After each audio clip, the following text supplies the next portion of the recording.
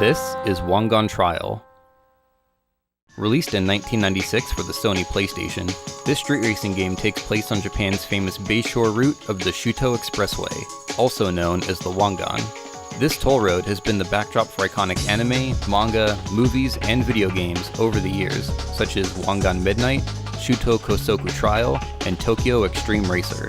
Wangan Trial opens with a race between a white Nissan GTR and a yellow Porsche 911, known in the game as Yellowbird. In the game's story mode, you select from one of 5 story arcs.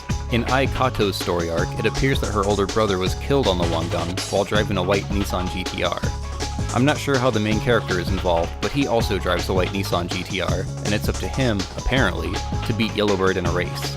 The race is divided into 3 stages. You start in 14th place and weave your way through traffic toward the front of the pack. After the first 2 stages, you'll get another cutscene with Ai before you attempt at passing Yellowbird.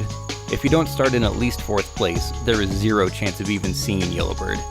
Even starting in 4th, you need a perfect run in order to catch up with him.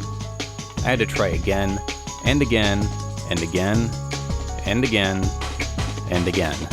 Once you finally finish ahead of Yellowbird, Ai congratulates our unnamed protagonist, who just drives off. Now you can continue the story on Disc 2, where you're a professional racer. Ai is there again, and our hero continues to ignore her.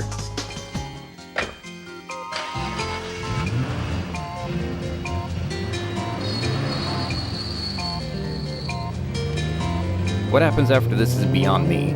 After playing the game for hours, I struggle to even finish 1 lap before time runs out. The rest of the story arcs play out similarly, and really aren't worth talking about. ブランクなんて感じさせない走りだった。イ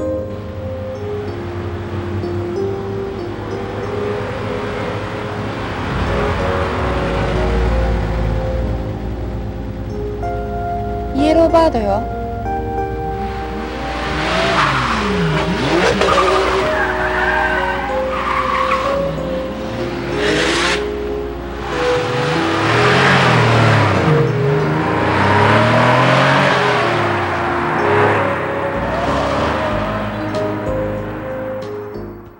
In addition to story mode, you also have Road GP, Versus, and Time Attack.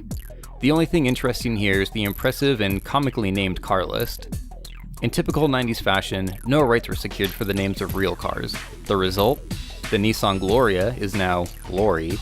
The Toyota Celica GT4, with 4 spelled out, is now GT4, the number. And the Toyota Aristo is now Alice. Other cars use chassis codes for their new names, like the Mazda RX-7, chassis code FC3S, is now FC7. This tongue-in-cheek naming scheme has always made me laugh because of how absurd it is. Silly names aside, the cars are actually represented surprisingly well. Speaking of how things look, this is where the game starts to fall apart. As far as the models are concerned, the game looks pretty good. Unfortunately, almost everything in the highway races is gray, making it difficult to tell where walls or upcoming cars are. This is largely resolved in the circuit racing, which is much closer visually to something like Gran Turismo.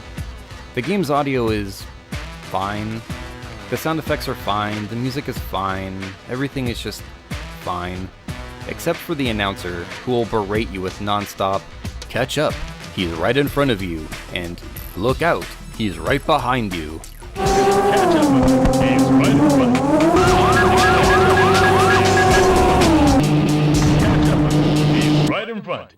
Controls are where this game really falls apart. It relies heavily on the ability to drift around sharp corners, but sliding without plowing into walls is nearly impossible.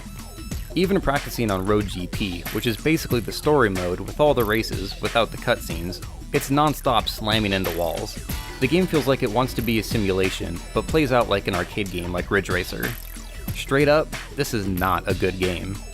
If you're a fan of Japanese car culture and have nostalgia for the 90s, this might be an interesting game to pick up, but if you're looking for a solid racing experience, there are many better options out there. Overall, I give this game 1 out of 5. It's an interesting artifact for sure, but as a game, it falls apart pretty quickly. That's all for today. If you found this video interesting or insightful, please give it a like. If you're a fan of retro gaming and want to see more reviews, click the subscribe button. Until then,